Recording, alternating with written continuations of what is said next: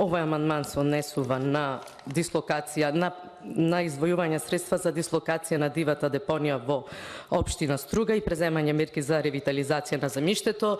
И за оваа депонија со години е говорено во ова собрание и се уште таа депонија на самиот влез на градот продолжува да ги труе стружани. Буквално Струшката депонија, јас доаѓам токму од Струга, представува една еколошка катастрофа која отсликува неспособноста на сите власти во изминативе 30 години. Самата Струшка депонија се наоѓа на земјоделско земјиште. Покрај таа депонија течат дури води кои се влеваат во Охридското езеро.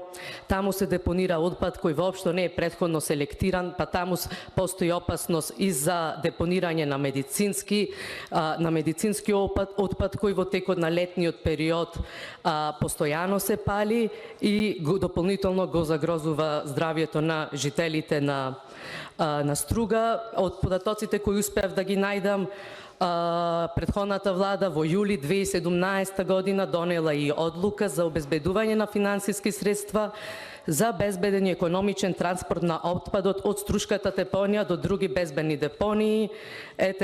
Поминати се 5 години, Струшката депонија повторно стои на влезот на самиот град, не е преземено буквално ништо, бидејќи актуелната власт во минатото прилично алармираше во однос на Струшката депонија. Јас сакам да се надевам дека конечно ќе се реши овој проблем.